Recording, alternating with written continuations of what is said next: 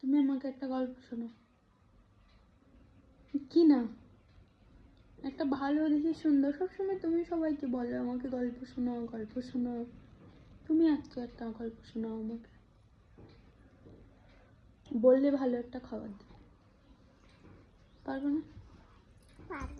তাহলে বলো। হ্যাঁ, তারপরে? হ্যাঁ, কোথায় গেল?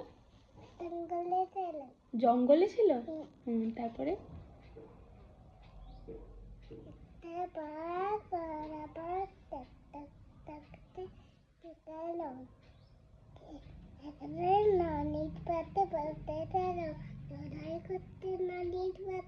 নালির পাশে বসে লড়াই করছে। তারপরে? তারপরে? আর উঠতে পারলো না। গল্প শেষ।